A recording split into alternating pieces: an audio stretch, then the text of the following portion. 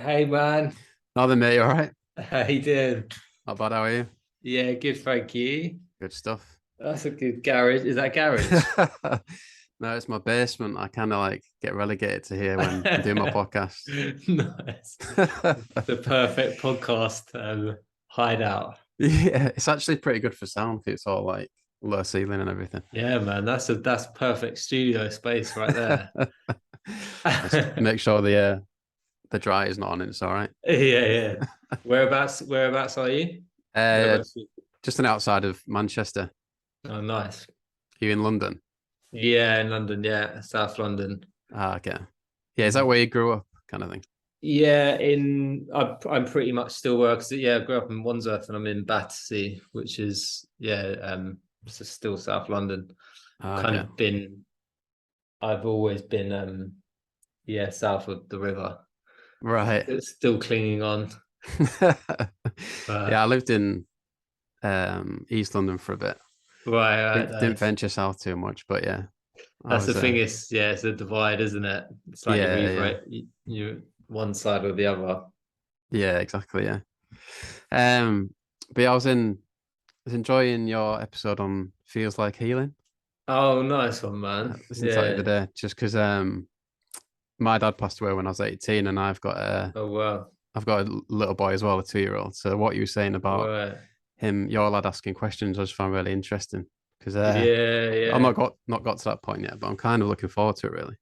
Yeah, I definitely felt yeah, it's like I can't remember exactly what I said on that, but like it definitely felt like I got to kind of use it as an excuse to kind of reintroduce, do you know, something that I hadn't, like, and my mum's name that I hadn't really spoken about and that much. So yeah, it's actually really nice, like kind of a reigniting in some way. Yeah, yeah. And it'd be cool when that But starts to happen, I think. oh, nice man. How's the first 2 years been? It's been all right. Yeah, we've You just moved. relegated to the basement, I see. It says it all, doesn't it? Yeah. He's just started a new nursery, so he's not been too happy about going in on the morning, but he'll be all Right. right. He'll be all right Yeah, I soon, I think. mean, yeah, they get it. Well, he's literally just started this last week. Yeah, so he was at another one where he got real settled, and then we've moved him, so I don't think he's too happy with us. Yeah, Oh, right. Okay, yeah. but Oh he'll be all right. man. It's mad, isn't it? Oh yeah. It's mad. I know when people ask what it's like it's just like a mix of everything thrown into one. Yeah. And it just goes on and changes and changes. It's like always just yeah, life, isn't it? I guess. I mean, it's not being 18 and doing whatever you want, is it? Yeah, It's like, you suddenly start to appreciate yeah. yeah. The freedom. Yeah. Once had freedom. Okay, mate, like just to get a bit of context and everything, just take it right back, really. Am I right in thinking you all went to uni together in Brighton? Is that right? Yes. So we did, yeah, we moved there as a band basically. So we started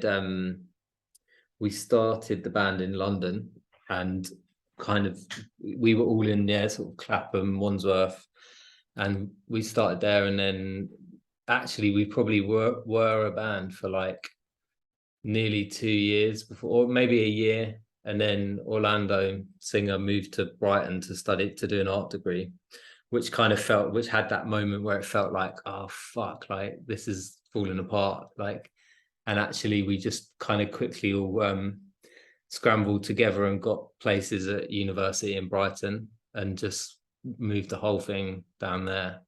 And which actually was, in looking back on it, really helped everything because Brighton was we'd kind of had that starting point in London, and actually it was hot, like although we had like kind of gained some kind of thing, maybe we'd get like 30 people to a show or something like that, which seemed like a big achievement.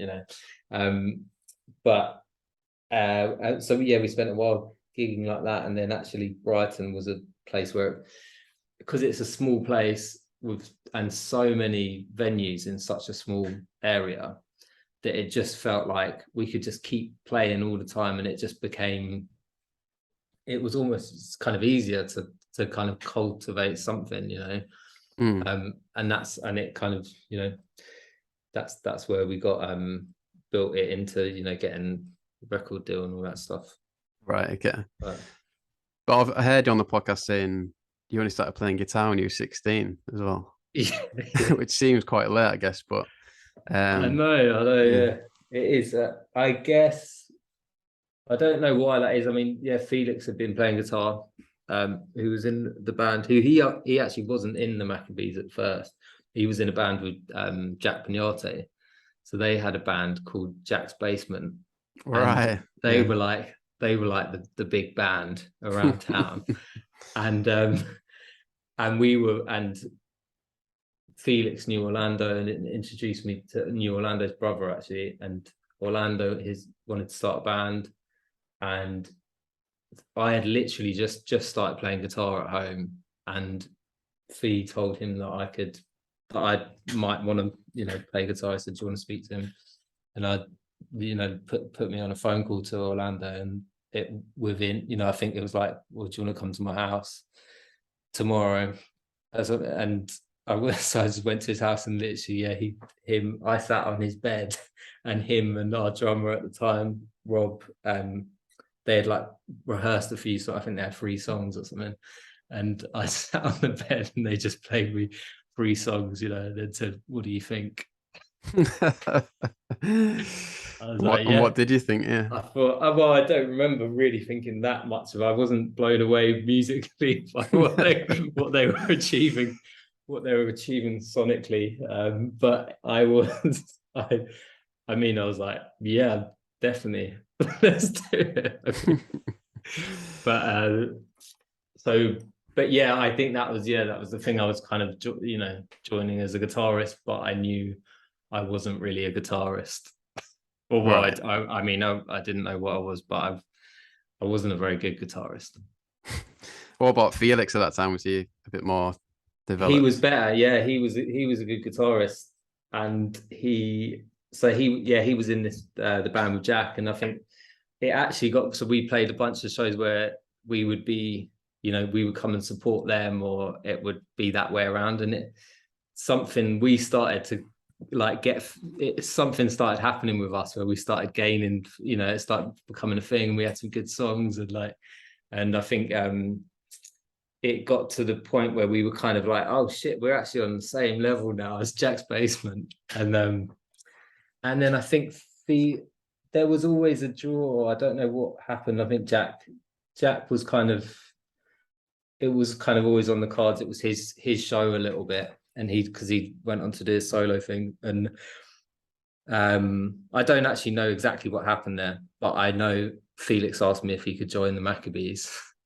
And I said, let me think about it. And I made him wait. I mean, I gave it a good few days where I was like, I'm not sure if I want him in the band. But ultimately, I always knew I was going to say, yeah, of course. But yeah, it was one of those things, which was, you know, which was great. I mean, and that made it really. And then it became a new thing again. And that was still in London. So yeah.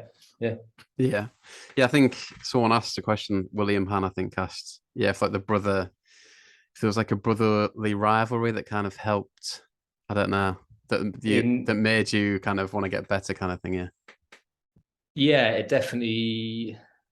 It probably did, with like the way we played. I think it probably did influence how we play guitars, because there was never.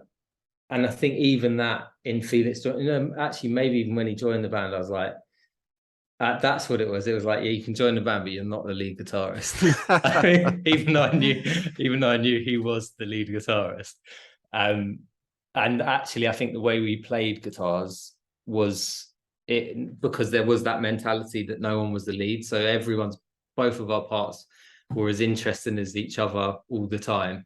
And it was never just someone's part on it. So, you know, so it was never kind of all chords and just one guitar doing a solo. It was like, if you're doing a solo, I'm doing a fucking solo at the same time. But, you know, so but neither of us could do solos, so it was just, you know, we'd both be doing these kind of one note patterns or whatever, and that, you know, but yeah, and that all kind of led together. But I think again that was something that was, there was a lot of bands kind of doing that at the time, and a lot of things that we were inspired by were felt like that really.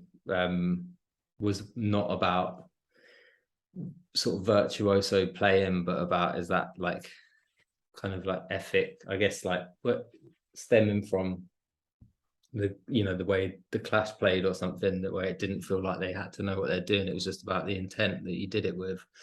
But then there was also that, like even that early Interpol stuff where it was just so simple what was being played, but it just sounded so powerful. And I think we took a lot from that, where and the Strokes as well, which actually looking back on it is pretty complicated stuff. I mean, they were better like, but there was also a simplicity to it, you know, like that.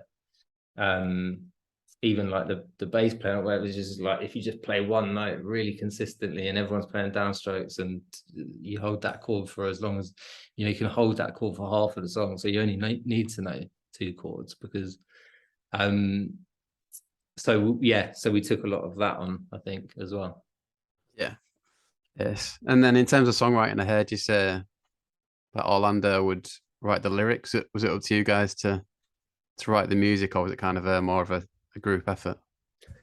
It kind of changed. I mean, Orlando was the songwriter, really. You know, he wrote the lyrics, and the concepts really came from him. And I think especially, but there was always a thing of, we worked on the songs as a band, so things would develop for a long time. It was never, I don't think we were ever a band that just kind of had a song and played around it. It was like we'd really delve into verses for months, you know, kind of like changing tiny bits and moving things around, and then keep going, and then kind of stumble upon something that led to a chorus thing, and then it would kind of all yeah, just kind of like build pathways through things until they became the song.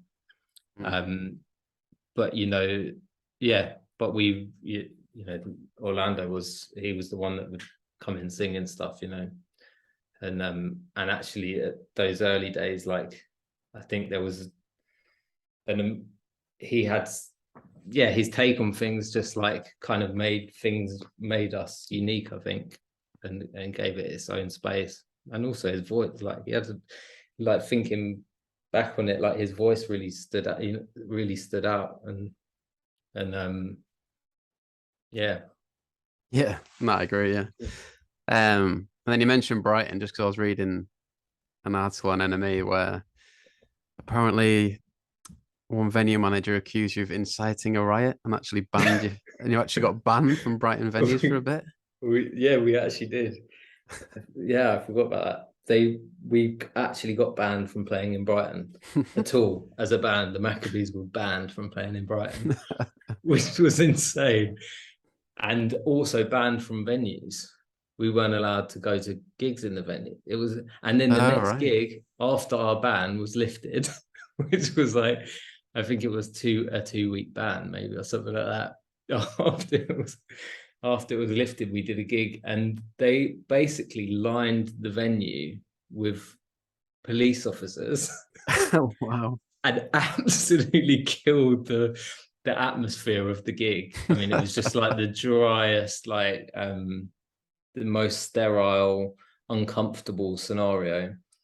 But yeah, I mean, it was ridiculous. I can't remember exactly what happened, but it was at Concord 2, which is a venue on the seafront, and it was, I think we were at that stage, yeah, where it was, and that was about 600 people, I think, and it was like really like kicking off, like people would be really excited and crowd surfing and that kind of stuff. And I think something happened. Oh gee, was that the bouncer? Oh no, that wasn't that one. Something happened where they thought Orlando was trying to get, he was like helping kids crowd surf or something like that, and they decided that it was, I don't know, maybe something did happen I didn't know about it, but we didn't really do anything bad at all.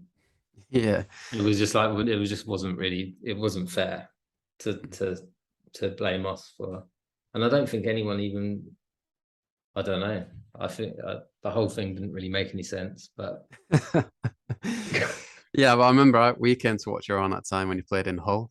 oh, wicked. And it's a really small venue called Lamp, and it's a similar atmosphere. Like people were going bananas, and I think Orlando had to tell people to calm down. So obviously everyone started going even more mental. But yeah, that's the opposite effect. But yeah, was that with uh Fear of Flying supporting? Was that maybe, yeah, I think it might have been, yeah.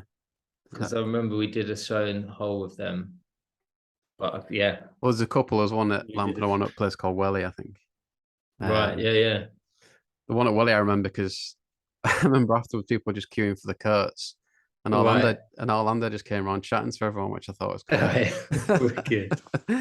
Great. Yeah, yes. I think we did, like, always used to love that, just like actually just hanging out. Well, and at those times it was so exciting to be doing it, to even be in Hull, we would have been excited. Those, like, everything was an adventure, isn't it? So it was all about getting involved. Yeah. I bet, is that when it's touring the best when you're that age kind of thing? When you're new to it? I think probably yes, because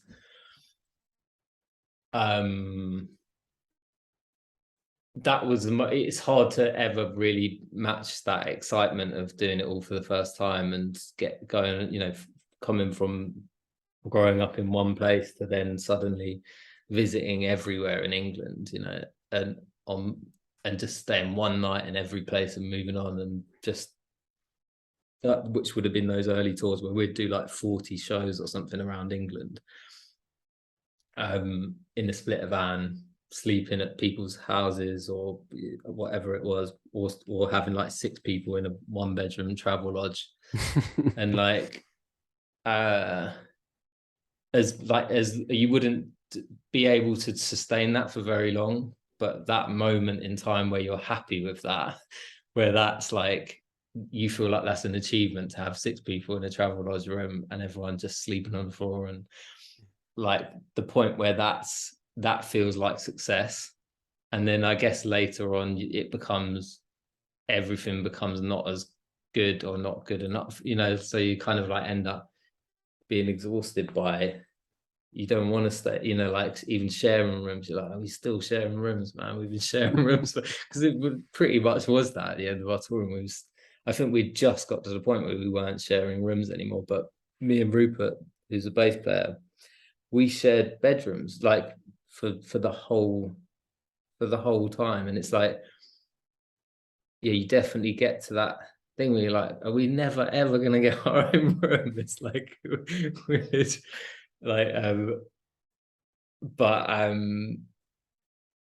yeah, and even the show's getting bigger and stuff, it's still it's the same excitement when you first start selling tickets to people, and having that buzz, like you said, in those venues. Like, it's kind of the same. It just has to get bigger to be able to keep that same level of enjoyment. Yeah, I know what you're saying. I mean, if you don't keep getting bigger, then if you keep getting bigger, you can just about keep that level of enjoyment going, because you're always on that next tier.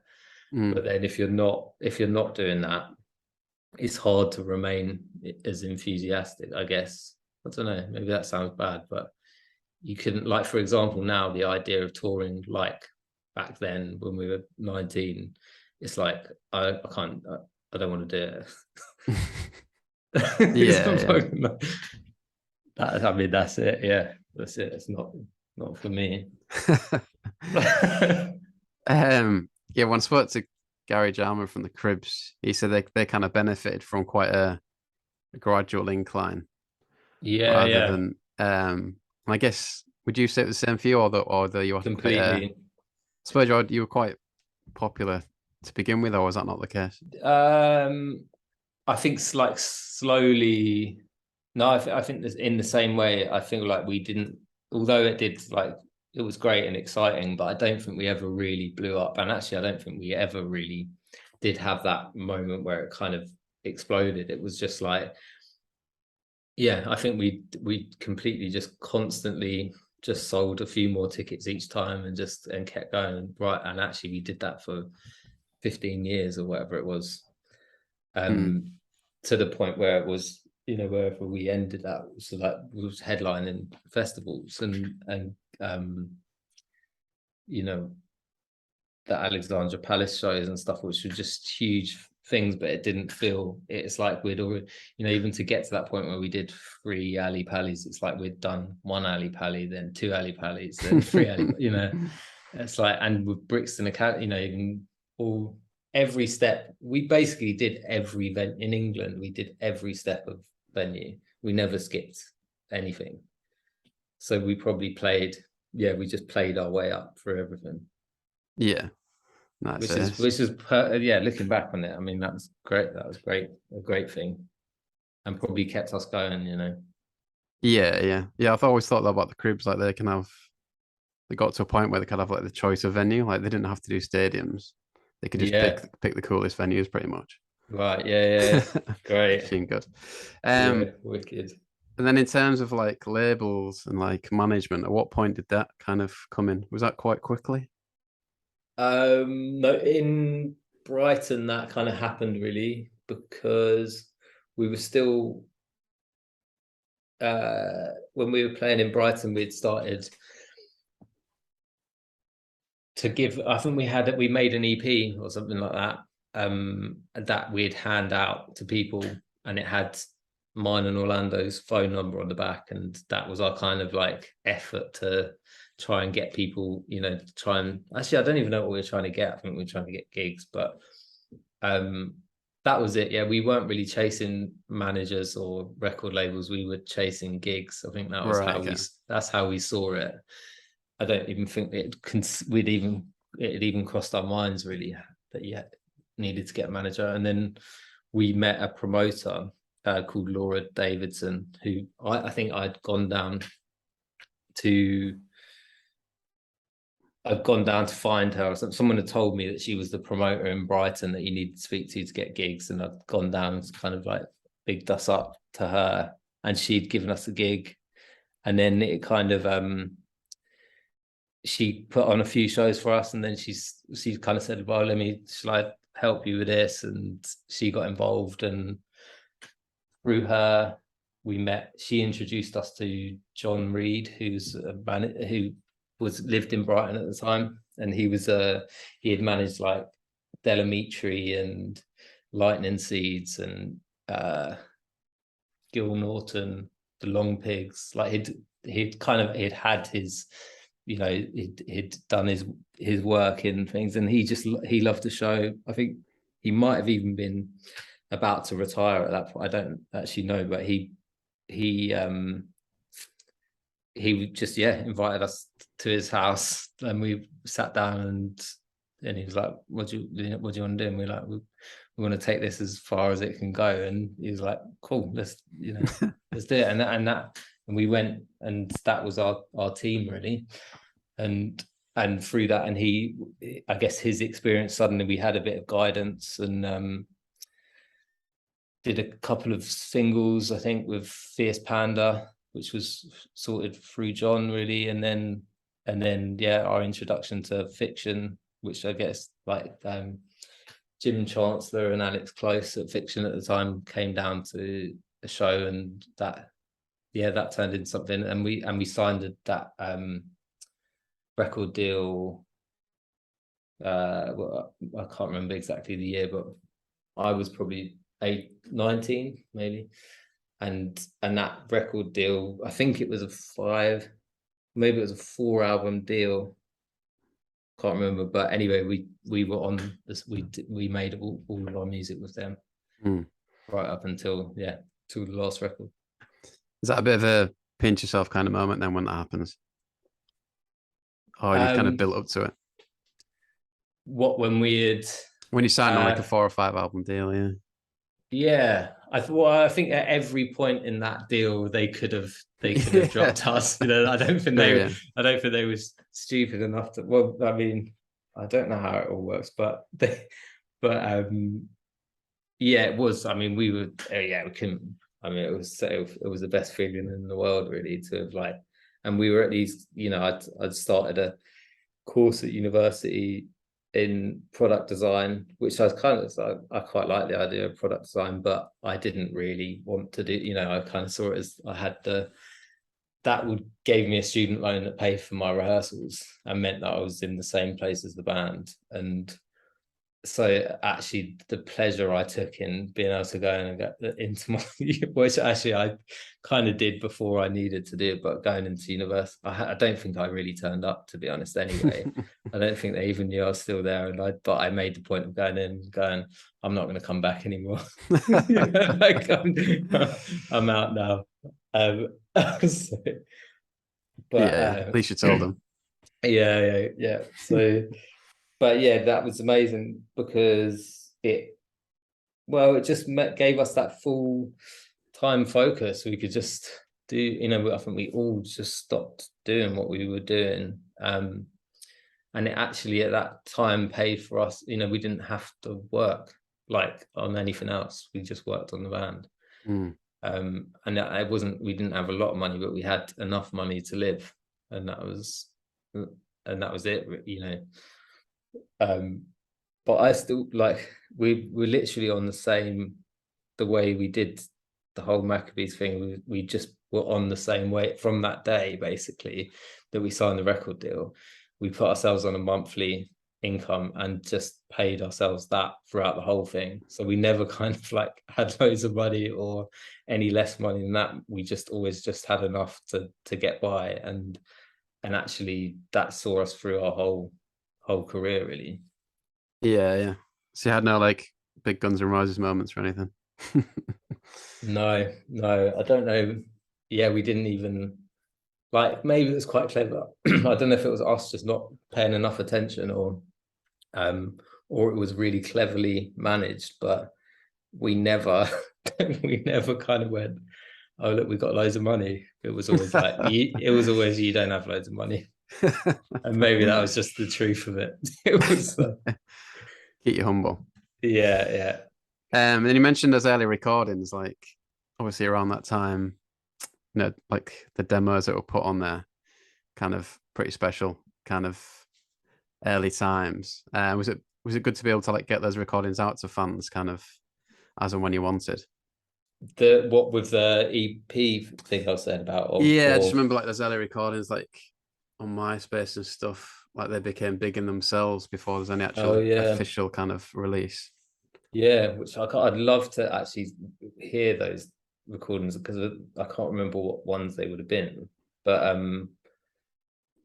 well, I think MySpace was the first thing where you sort of saw your plays, right? Like sort of tally up, and people could comment. Or could you see the plays on MySpace? I can't remember. No, I'm not. Maybe I'm not sure. Actually. Maybe it was how many friends you had. That's the one. Yeah, top friends. Yeah, but they it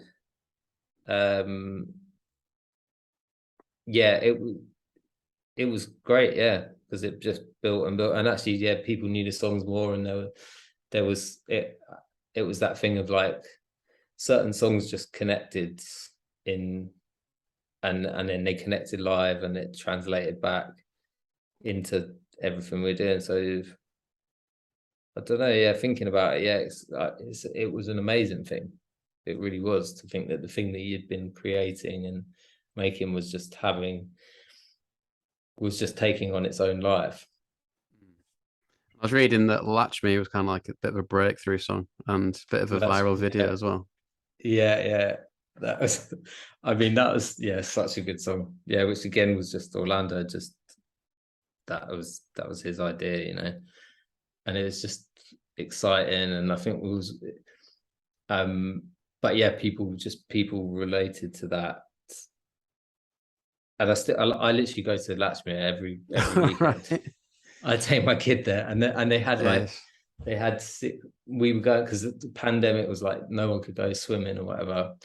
So when he was really little, so then we started going after they opened it up again, and they had no wave machine, right, for basically for nearly a year. So we were just going there, and it was like it's the nearest swimming pool. It's good. It's like doesn't have the wave machine, but he didn't know it had a wave machine anyway. So it's like it's all good. And then like 2 weeks ago, we went and literally out of nowhere, just hear the siren come on that they turn off the wave, and they'd fixed the wave machine and the whole thing. And it was like actually, I honestly, which is quite sad to say, but I honestly felt like crying because it was like it literally everyone in the swimming pool everyone's like, and it's like a family session or whatever, where it's like so it's all families and kids, and everyone's face just lights up like it's like magic because they probably hadn't because they haven't had it on for so long, so none of these kids had known it was even there. And it's just, yeah, and my son was just like, I just couldn't believe, like he just loved it, and it just made me feel like it's amazing. I was like, on the way back, I was like, we had a song, my band had a song about a wave machine, do you want to listen to it? He's like, nah. Okay, you sure you don't want to listen to it? It's about the wave machine. Nah. Okay, all right, I won't play that. That's the end of that. Yeah, I've heard kids can be a bit brutal about people's music. Yeah. Like even when he was watching Post on Pat and stuff, my lad will start singing the theme tune, and if I join in, he's not happy. Oh yeah. You're not allowed to join in. We get told that in the class, like that's the main thing. It's like when there's a song on that, sometimes it's like, no, don't sing, and we just have to sit in the car just silent, or he just enjoys the song. It's really hard not to sing when you're being told not to sing and you want it. Then yeah, you mentioned kind of like maybe like building a scene in Brighton. Did you feel part of a scene early on? Oh, not really. I think we always felt like we were surrounded by, we knew lots of people that had bands or knew of bands, but I think we did always feel like we were kind of on our own in some way, even whether we wanted to be or not, I don't know. But we didn't, yeah, there were people we would have played with more and stuff, but it didn't feel like, it felt like we'd sort of hear about scenes, and we weren't really as locked in as other people might have been with certain things, but there was always a community to it, and there was, and anyone that was really good, we made sure we were, we became friends really. It was kind of that thing, if you liked a band, you'd wait around for them to finish and talk to them. Yeah. But, so I guess through that way, and it depends, what time, and that's just even thinking like Mystery Jets and Jamie T and at that kind of time. For some reason I think remembering Good Shoes. Yeah. We were wicked. Incredibly hard bands to track down, by the way. Really? What now? Can't get in touch with any of them. Yeah, can't find I them. heard Reese, the singer, was a lifeguard. Really? At Latchmere? But not at Latchmere. I've been looking for him, but he's not. No, I don't know. I don't know where. I mean, whether he is or not. Maybe that was quite a long time ago. But yeah, oh, they had some great songs. Yeah, that first album was wicked. Yeah, real good. Yeah, really good band. But yeah, I saw you went up touring around America with Block Party fairly early on. Yeah, that was early on there. First American tour. Again, that was it.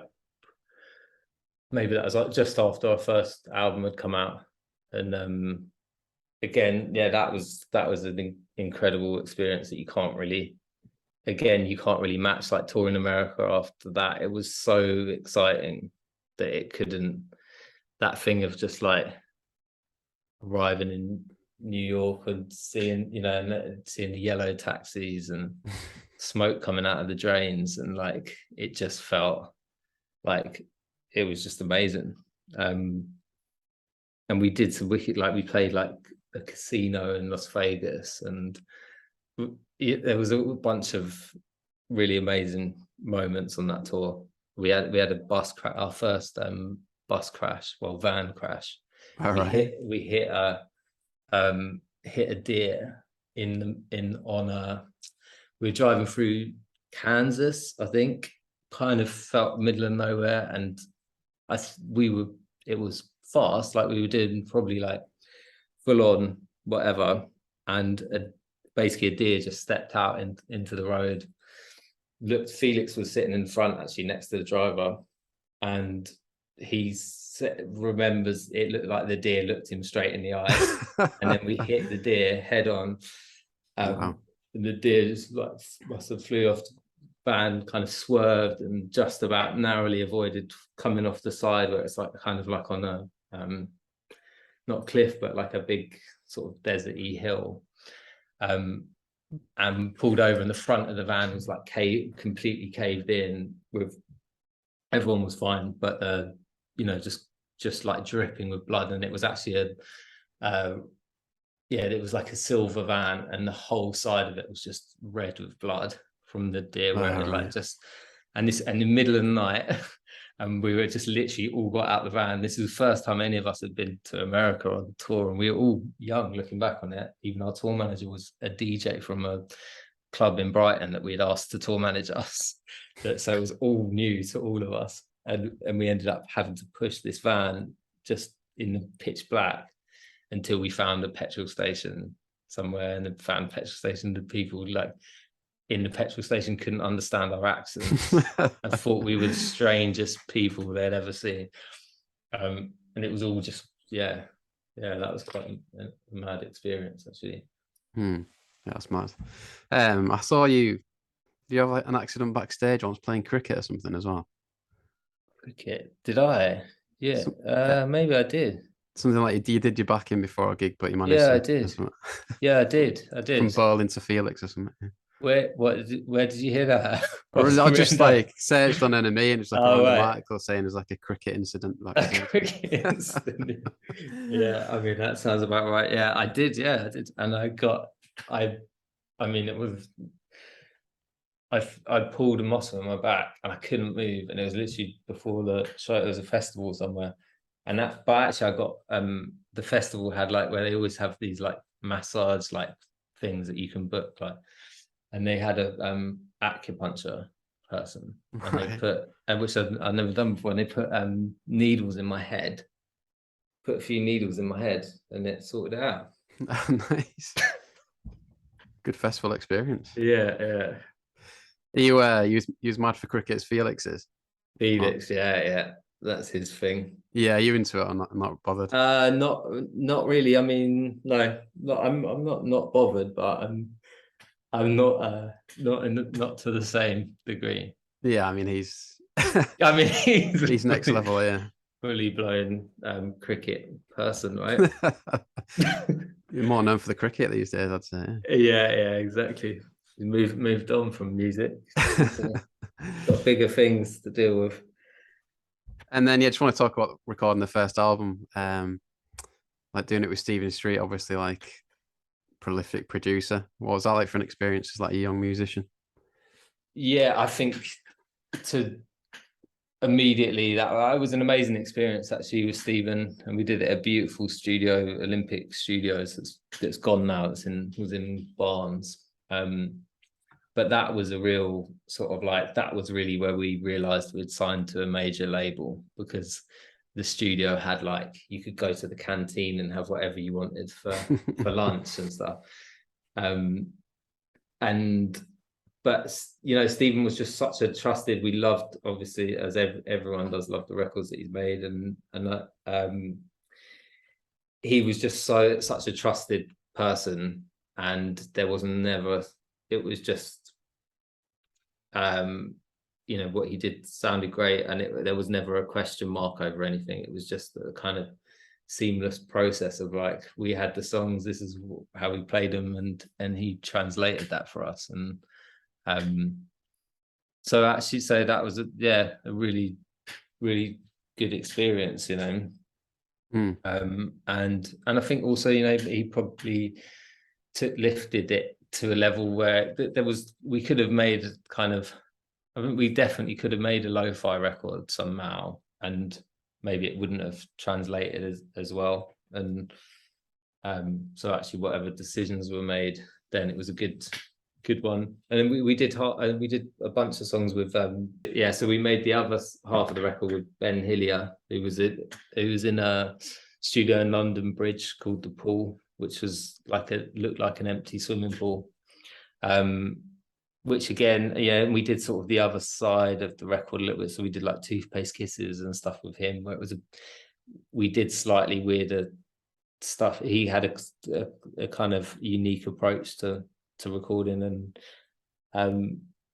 but that whole thing was just kind of framed with, I don't think we really, it was before we understood anything about recording, or I think we went into making that record as a band we didn't have a guitar pedal between us. There wasn't a guitar pedal. We didn't have any distortions, any reverbs. We just literally plugged into amps, and that by the time we made the record. So it was so basic. And then probably from that experience kind of like started to maybe expand and go, actually, maybe it would be good to have a distortion pedal or something for,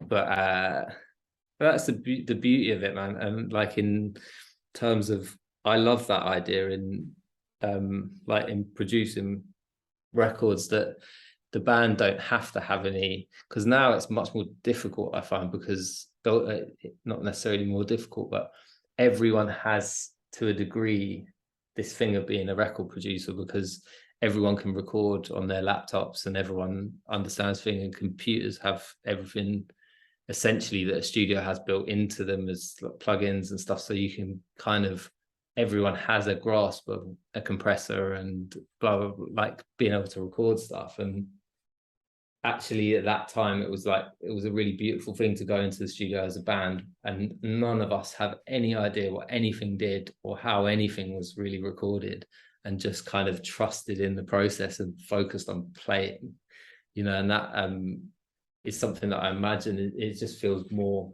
rare, really, the idea of being as naive as we were at that time. But it definitely, I think it made it a good experience, I think. Yeah.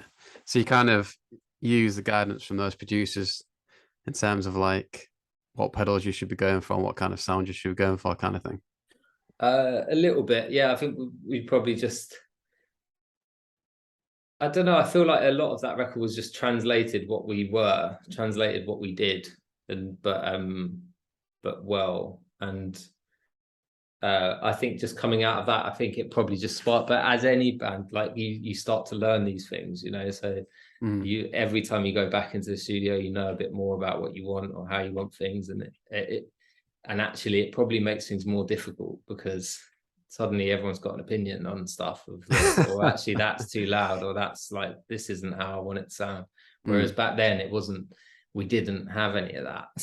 We were just like, yeah, it sounds amazing. because it's like, because of course it did, because it sounded better than we'd never heard it sound, so it's like, but whereas like later on, especially if I compare that to like the last record, it's like everyone's attention to detail is so hyper sensitive or whatever, that and there's so much detail and nuance in everything, and that it becomes a different thing. So when I look back on that first record, it just seems beautifully plain, Yeah. And then I read that it actually leaked a bit, the album, like it kind of forced people into maybe releasing it a bit early, because it got out there somehow through a New York website, New York Times website or something. Maybe it did. Something that was around the time where people had started to be scared that people were stealing albums online and sharing them, and they wouldn't buy them anymore. But I can't remember that exactly, but I do remember the thing on the second album where we were jumping forward a bit, but we had copies that we were given, the first copies of the album that printed, and that was even more like hypersensitive to things being leaked, because if someone got a copy, it was online, and then everyone would steal it and no one would buy it. And our drummer had one. We had one copy each, and he lost his bag on the tour. He left it in the dressing room, and it had the album in it, and it had the CD. And then like a few days later or something like that, there was a thing from the record label. You know, the album's been leaked. It's online everywhere. And we were sort of sitting there, and we were sitting in the tour bus, and everyone's looking at him like, "That's your bag. That's your bag that you lost. That's the whole thing ruined." But whether it was or not, which is funny, isn't it? That's a different thing now, isn't it? Leaking out. Does that still happen? I don't know. How would people? Do people bother with that stuff? I don't think they do bother. No, because that's where it's all going anyway, isn't it? It's gonna be there, yeah. Just wait a few days. Plus a few adverts. You're gonna get it free, yeah. You're everything. This is like, yeah, God. And then, like going into the second album with Grammy Award-winning producer Marcus Dravs, like how did that compare to the first album? Obviously, like you're saying, you're picking up more knowledge as you go along, kind of thing. Yeah, I think Marcus had just done the Arcade Fire records, and which was a huge thing for us. And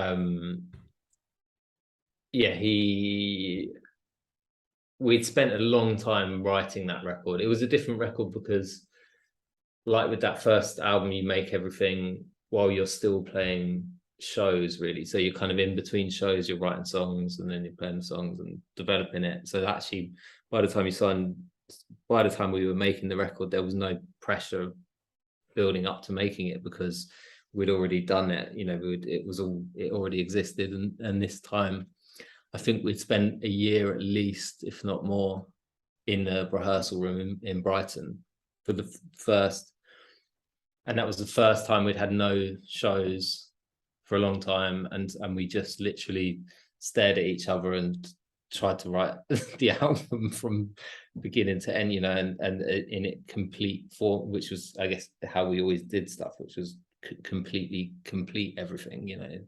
We didn't leave stuff for guesswork. And actually, yeah, Marcus was an amazing person at bringing that all together. He's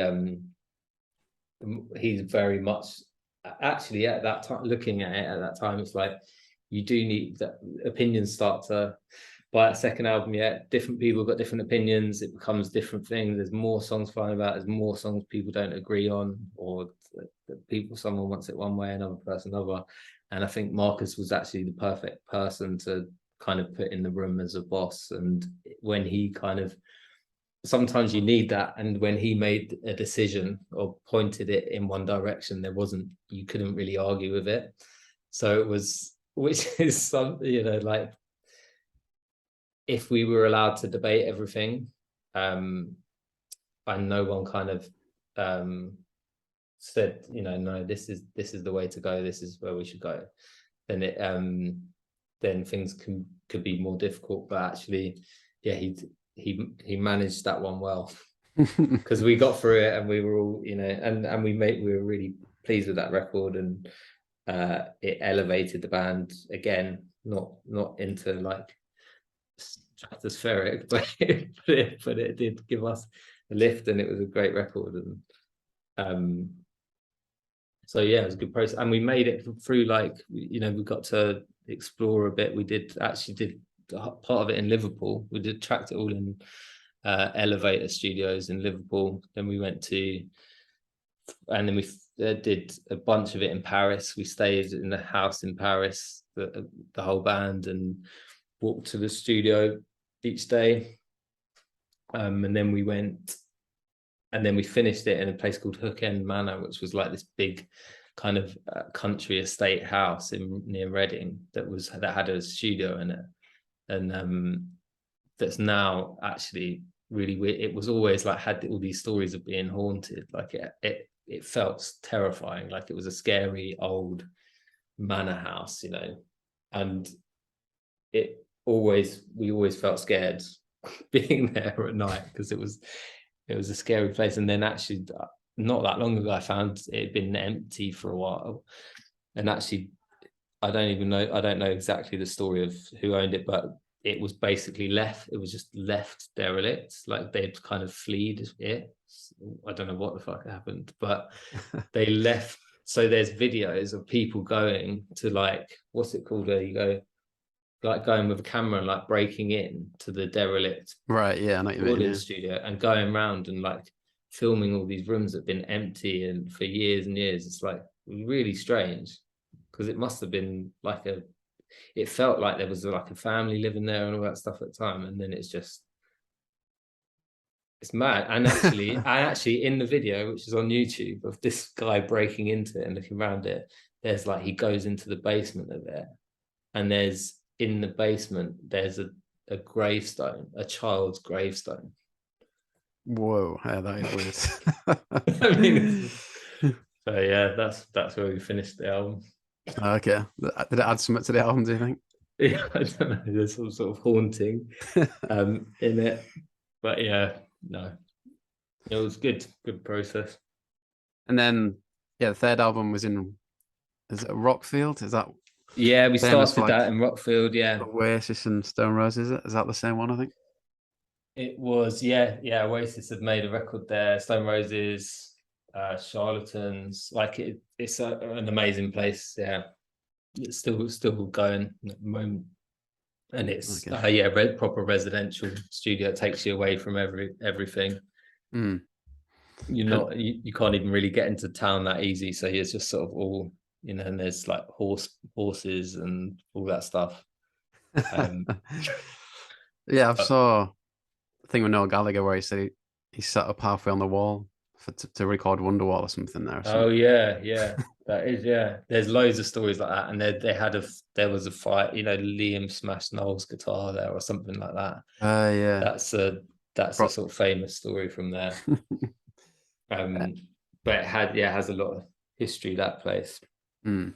And then, yeah, recording that with Tim Goldsworthy, obviously well known for his DFA stuff and recording the likes of the Rapture. Was he like noticeably, I don't know, is it techniques noticeably different in any way? We started the record with Tim Goldsworthy and Bruno Ellingham, so we sort of tracked it there. But ultimately, it's kind of, we weren't totally happy with the results of it. So when we came back, so it was all beautiful and rosy when we were in thingy, but listening to it back in London or Brighton, wherever, we might have gone back to London by that point, but it wasn't what we wanted it to be, and we'd spent a long time again writing that record. And so it kind of became, I mean, actually for me, that was the kind of entrance into taking over production duties really on stuff, because it wasn't right. And it was like, how the fuck are we going to fix this in? And we had a time limit, there was like, it was supposed to be delivering it in a certain time. And it was just, I kind of literally just got the files back off them and just went into like working 12 hours a day trying to restore the record to how we wanted it to sound, which was a kind of mad process, but it worked out, because we were really happy we got it to a place we wanted it to be. Again, it's that thing of like becoming, it's not that simple of like just letting someone else do what they want to do with it. It was like, no, it's not supposed to go like that. but yeah, so, and then actually that record was again probably our most successful record from, well, more it kind of, that record led on to lots of stuff for us, and the shows got bigger and bigger. I think that was the one Mercury nominated, and we won the Ivor Novello, and a bunch of stuff. I think it had NME Best Album. Anyway, I don't know, but it had, that was the first one it was probably, what's it called, critically acclaimed. You're right. Okay, It was yeah. maybe our first critically acclaimed album. Yeah, it's funny because I was reading an interview where a few of you saying that the label were actually worried about that album, that it was going to be a bit of a flop because it was a bit Yeah. experimental or something. Yeah. Well, it kind of, it was, you know, it was a bit, and it definitely, the demos and stuff were heading that way. And that was the first one where we'd been writing more with computers, so we didn't do it like the second record where we were just in a room staring at each other. We wrote individually on laptops and then kind of collaborated on the files, you know, and just kind of go like, right, Land, come to mine, or I go to Land's, or Sam, drummer, and Felix do something, and then we kind of kept passing stuff around. But yeah, I think the label were maybe worried about it. I don't know, really. I mean, it's, you know, it came together. Yeah. And you only missed out on a number one because of Bruno Mars, Ed Sheeran, and Adele, I think. Oh, right. Yeah. So what? Yeah. Which didn't feel like, I think was at that point we're like number 4 was pretty good. That was like, we were very happy with that. Yeah. And we'd had also our albums chart wise had kept going up, because it was like Colour It In was like, I'm gonna guess, but it was 20 something, 24 or something like that, and then Wall of Arms was like 15, and then it was like, and then that was 4. So we were really happy with that. Yeah. Cool. And then, yeah, just with the last album, I was reading an interview where I think you said if if the first album would have been that difficult to make, you'd have probably given up at that point or something. if what song? The first album. Yeah, if it had been as difficult as the last album, you'd have probably given up straight away. Oh, right. Yeah. I mean, that was, yeah, because by then I think Given to the Wild, we'd toured the most extensively. We'd toured, and probably got to hit that kind of exhaustion of being on the road. And then we'd done so much, I think, by that point. Then writing that record was a tougher one. We'd got a studio in Elephant Castle by that point that we had, so we had our own space. Maybe the monotony of it just became difficult. You know, the songs weren't coming as easy. Songs were kind of like half songs for way too long. So that point where you've got like so many songs that were like half finished, and again, disagreement on how things should be, or how what we should be trying to do.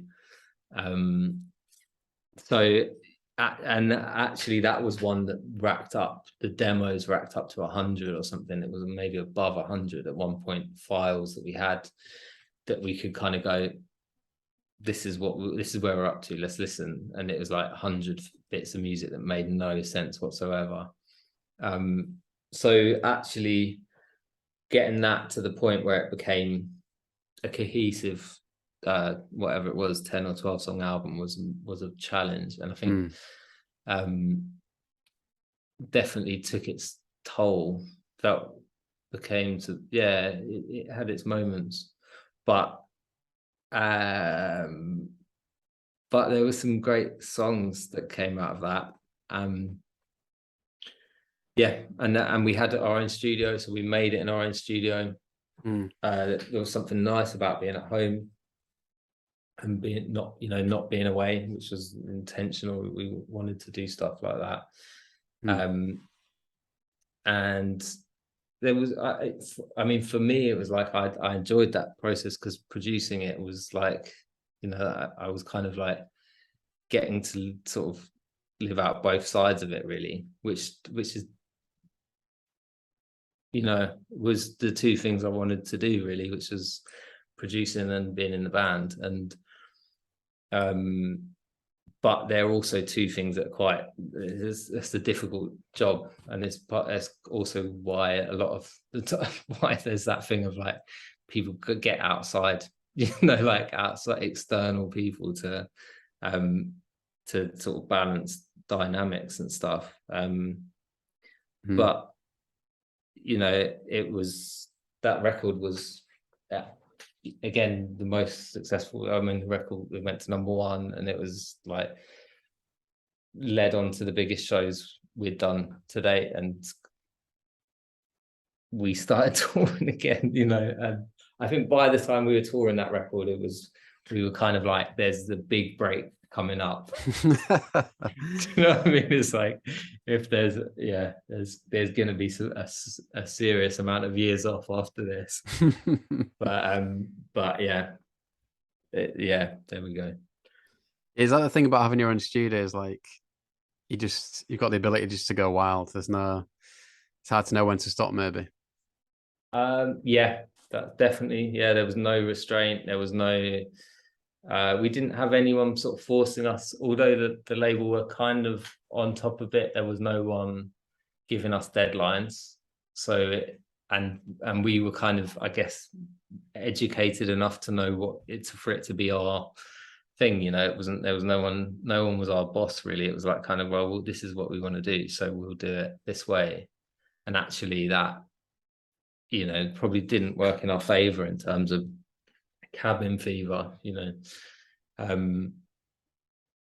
And I don't know, maybe when you spent that much time together, it becomes maybe there's a thing of, you know, it's like your age, and like we probably all come into that age in life where we're kind of like thinking, oh, is my life locked in forever in this exact scenario, with my diary being ruled by everyone else's and every day being affected by this exact scenario, you know? And I think, maybe there's a natural pull, I think, at that point with any band, where you kind of either reconfigure so it works for everyone. Or, you know, or it just becomes a really difficult thing to do. Yeah. And then just obviously listening to you talk about your song Silence on the other podcast, was that quite quite a big moment for you on that album? Was that the first song that you'd sung on an album? It was the first song I sung, yeah, because I guess I'd written bits, but it always sort of been folded, been kind of folded into other songs. And that one, was the first time it felt like I should sing it, really. And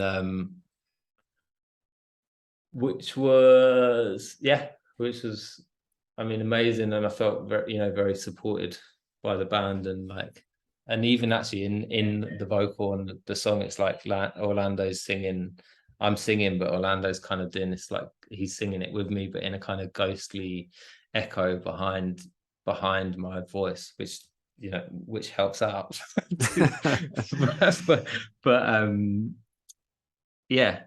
And it felt right to have that on there. And yeah, I thought it was really powerful. Like, you know, the thing you recorded from, is it your therapist? Yeah. That's where you'll find me. Yeah, I thought it was really cool. Really cool how you included it, and like really quite powerful. Yeah.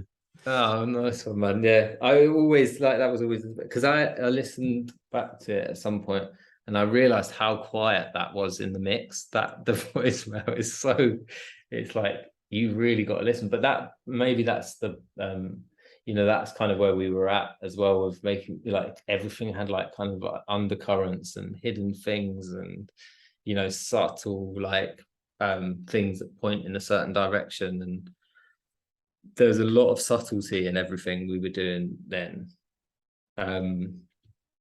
that wasn't how we were as a band at the start. Because at the start it was all about, like, it was just bold strokes, you know, bold theme, bold guitars, like the excitement of the drum and bass parts that was just kind of get things moving. And actually the band that it sort of became was this much more like, much more thought out, and which is great. But, you know, actually thinking about it, they're really far apart, those first and last records. And then you obviously, like you mentioned, coming to a decision kind of thing, like, you know, you announce a farewell tour? Like how, I don't know, how easy was it to come to that decision as a band? It was, I think essentially it was going to happen. It was like, well, it's not going to be able to carry on. So we were kind of like, let's hold it together and see it off properly. You know, if we're going to end it, let's at least give the band the kind of give it what it deserves, you know, because it was like, out of respect for it, was like all of our lives, you know, that we'd put into it, and it literally had been our, you know, we lived and breathed it, you know, from 16 for me. So it was everything to me. I put everything into that band, and so I think and so did everyone else, and actually we didn't want it to just end in that kind of way that it just sort of fell apart, and we're like, it just felt too much. So we kind of found this ground where it was like, well, let's just pull everything together and end it properly. Then, if we're going to do it, like, let's not kind of do it in half measure. And so yeah, so did it, which was like a really emotional time, actually, thinking about it, to actually just end the whole thing and to play a last show that's the last time we're going to stand and do this. You can really see you can like flash before your eyes, like essentially your whole life, you know, like your whole adult life of like from this point to that point. And but I'm really glad we did it like that, because it would feel weird to think about it if we hadn't have ended, you know, if it just kind of lingered on in a way. So yeah, so it was a really amazing way to do it.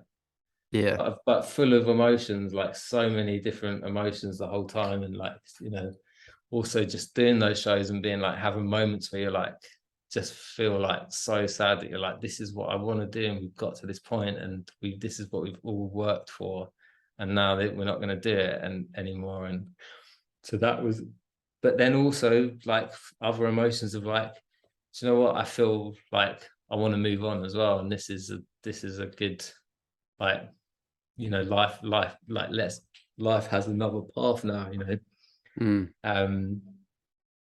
And essentially it kind of it has, you know, like my life has dramatically, you know, changed since that point, and there's just things that would never have happened, you know, without that happening. And I think that's the same, even talking about Felix's whole thing with his like life and like cricket and stuff, and that's become such a force of that thing. It's just like things that just wouldn't have happened without had the band sort of not ended and forced people to sort of do different things. Yeah, I think I saw a quote from Felix where he said, you know, it's good that you were able to walk away at your peak. Kind of, there's something good about and that. As well. Yeah, I mean, that was as well like a pretty amazing, yeah, to do that whole rise throughout the whole thing, not kind of make a dud record, not fall off, and constantly be getting more, just edging to being more successful. Yeah, and then leaving at the highest point. Yeah, which is yeah, we definitely did that. Yeah. It's good. Then I'll just talk about what you've been up to since. Obviously, working with the likes of Jamie T on his album. It's just interesting because I read that Jamie T had worked with like Miles Kane and Lana Del Rey songwriting. Is it kind of a bit of a community of you guys who get together, kind of thing? Not like that really, but so I mean, Jamie worked on, he made Miles Kane. I actually recently been working with Miles, so I guess it feels like that. But then Jamie had written some of Miles Kane's record with him, but I think it's all kind of based on sort of hanging around at someone's house, you know, as well. It's not but yeah, the Jamie record was something, actually, I remembered only recently, the first conversation I had with him about it was at the last Alexandra Palace show. and he was like, he on that day of the show, I think he played a song with us, and we would at sound check, he was like, we need to have a chat about production. And I was kind of like, so it's kind of like, you know, it was the seed was sown really from that was the next record to make. You know, took a while to get to it, but yeah, that was a process. I mean, which was an absolute dream record for me to make. I mean, Jamie was always the kind of, for me, the lead, or you know, the most exciting thing, and one of the best things that came out of that early 2000s thing. And all those, his early records had, I felt, soundtracked my my time, even through the Maccabees. You know, that was my thing, you know, my jam. Pretty sure I saw you guys playing together in Sheffield in like at one point, I think on some tour. Yeah. We did a tour together. Quite was that Panic Prevention on the first album? Yeah, it'd have been 2006 or 2007, I think. Yeah, which were mad exciting shows. Those. Yeah, it's great. Just God, yeah, that was really amazing. Where was that? Ledmore? Plug, I think. Right. Sheffield Plug, yeah. Right. You got a good memory. Yeah. Just like been chatting to my mates about this stuff recently, and they kind of remind me of stuff that's happened. Yeah. Right. Yeah, some memorable stuff. Like that night was actually funny because our mate, he was a bassist in my whole band. He managed to get backstage somehow that night. Picked up a guitar and started playing Wonderwall badly to everyone. Right, really? Okay. That's why it sticks out a little bit. Right, yeah. Nice. I mean, it sounds like that might have happened, yeah. And then, yeah, how satisfying is it then as a producer when, you know, Jamie's album goes to #1 kind of thing? Oh, it's amazing, man, because that again, that's just like a record. In the same way that Marks to Prove It was, they're kind of that and this Jamie record have been in lots of ways like bigger than what making a record is. You know, they're not neither of those records were the simple kind of make a record thing. It was like they involve so many aspects of, you know, there's a kind of life behind it, and the time is it didn't neither felt like a neat job. You know, they're just a big part of, they feel to me both like a big chunk of life. And so yeah, so the fact that record going to #1 for Jamie and for me is just like, I think it's just an amazing, it was just an amazing way to be able to see that, you know, reach that, come out, you know, and like vindicate the work a bit. I guess it's weird, isn't it, because you don't think, you know, whether it really means anything, but it's nice. It's a nice thing, isn't it? #1 album, because it's like an understandable thing. It's like a common language, isn't it? It's like a #1 album. It's just very easy to understand it. It's, oh, that's quite good. Do you know what I mean? Like, whereas you're like, but like, whatever, you know. No, I've been enjoying it this week. Yeah. Nice. Yeah. Really amazing. That's been an amazing experience making that record. And then, obviously saw you playing Glastonbury with him. Like you say, he played with you guys in the past as well. So is that kind of just like a natural thing to celebrate the album type of thing? Yeah, I think so. Yeah, that was, I think we'd spent so much time together that it just felt on music that it felt, but yeah, he just said, do you want to come and play? And I was like, yeah. I think he was, there's a running joke that he didn't, he said, do you want to come play guitar? And then when he turned up to his rehearsals, there was a microphone for me, and he was like, why is there a microphone for him? And he's talking about, I told him that I requested it. And he's like, I didn't say sing, I said guitar. And he's like, so behind my back, you're organizing that you've got, suddenly you're singing. I didn't ask you to sing. But yeah, I mean, it was, I mean, the Glastonbury thing was just insane. I mean, absolutely insane to see, because I think Jamie's music, like we're talking about with how we maybe had that to a degree as the Maccabees, but Jamie's crowds are just at another level. And those songs, the early songs, just with so many lines and so many lyrics that just people just live and breathe for, and to see that in a room when you put everyone there, and especially at Glastonbury when there's like whatever it's 10,000 people just absolutely losing it. It is just the whole thing, taken back by the whole thing, really.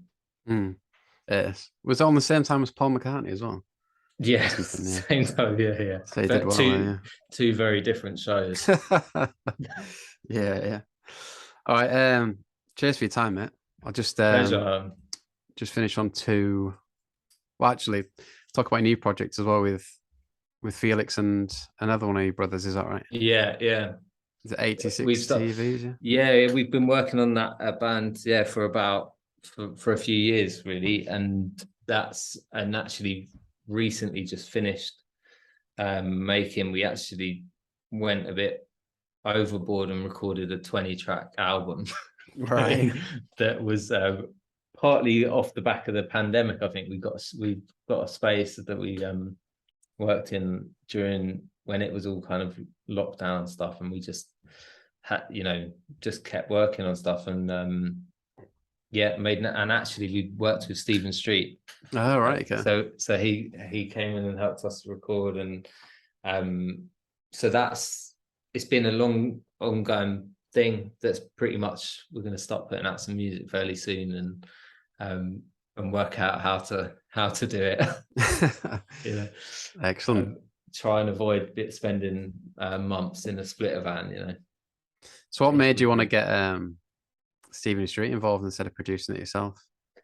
Well, it was kind of something we did together. It's kind of ended up being a bit of both, but we needed, again, that scenario of just needing, like, just realizing that actually we need someone to come in and be the figure, that just makes shit happen.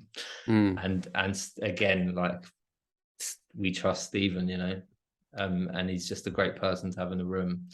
And so it just made it, there was just some sort of nice synchronicity to it as well, to have him involved. But yeah, so so hopefully, end of the year, we should be putting some music out and working it all out. Are you planning to play live and stuff, obviously? Yeah. You've already played a couple of gigs, have you? We did one show. To just start it up, but it's just like, it's a different thing, I think, starting a band. Well, of course it is a different thing starting a band, and we've just done it. Everyone else we've all got other stuff going on as well, so it's like finding the space and time to do it. But we've spent a long time working on the songs and developing kind of how the band is and finding the sound of it. And I think there's something about it that's like, which is quite nice to feel like, even without really intending to do that, it's like the natural thing of, like, there's just such a natural draw to having a band, because that's probably the only thing we know. We've spent our lives like that it's like, it's kind of come naturally that it's like we've made another band, and before you kind of look up, you're like, oh shit, I started a band again. I'd just like to ask people, like, obviously you're involved with producing bands now. Like, how would you imagine it would be different now if the Maccabees were starting out? Like, what challenges do you think you'd face?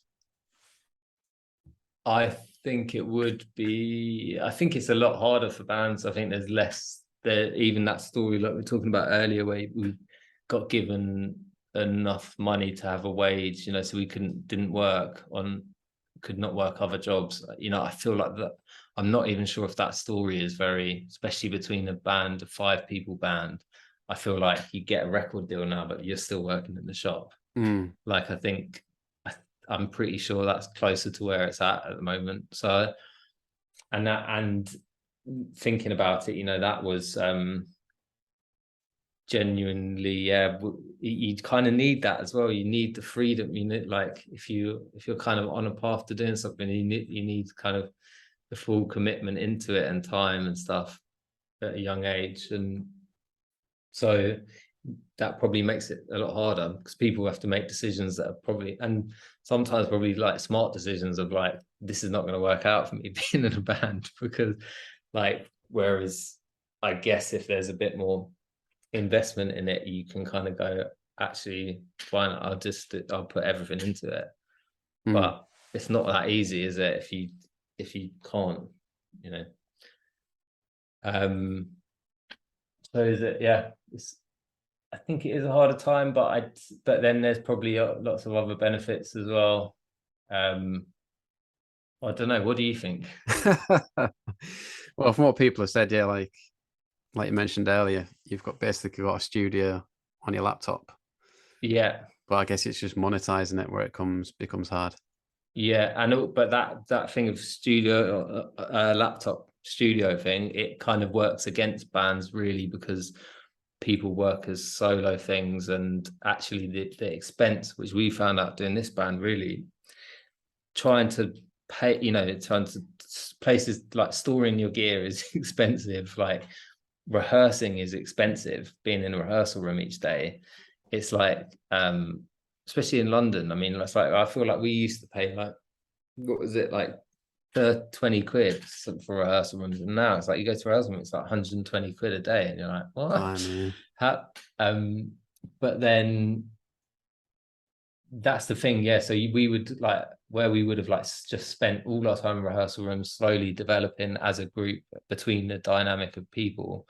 Now it's like, there is a draw to go and, why don't I just do it all on my computer by myself? You come around my house, and then you develop it that way, because it's cheaper. It makes, you know, you get to a recorded product quicker. You don't have to develop in that way. Also, there's kind of shortcuts to a lot of that. And you know, and I can see why that maybe makes more sense, that like, than, because doing a band is the long-winded way around it now. No, yeah, it's interesting. So it kind of cuts out things, but it makes way for a different style of music, and you know, so yeah, I don't know, man. No, it's a difficult one, yeah. Yeah, then just to finish on, like, is there a high point from your time in the Maccabees, and is there anything you do differently? That high point. That's really hard, the high point, because I genuinely just feel like it was all dotted with high points, and nothing was like nothing. You know, we never kind of had the best time of our career. It was always just bits here and there, and there was always enough to keep everything going. You know, get something new came. So yeah, I don't really have a specific high point. But ending it probably was, as well as that's like mixed emotions. I mean, that was the highest point of it, to end that last show. And actually, it probably was the most euphoric a room had been for us, you know, to feel that in a room. It was madly emotional, actually. Like, loads of people crying everywhere and stuff. Like, man, we literally, like, after the gig, we like closed the dressing room door or whatever, and everyone, we were just all in tears for quite a long time. I think everyone was waiting outside the dressing room. Like, it was just so much in that room, like so much, just like everything. I don't know, yeah, it's hard to, like, there's so much in those moments, like, so I don't know, that sounds, it's sort of quite sort of sad, but as well, but anyway. And then what was the other one? The other one was, Yeah, Oh, is there would I anything? do it different? Yeah, What would anything you you do do different? differently, if anything? Yeah.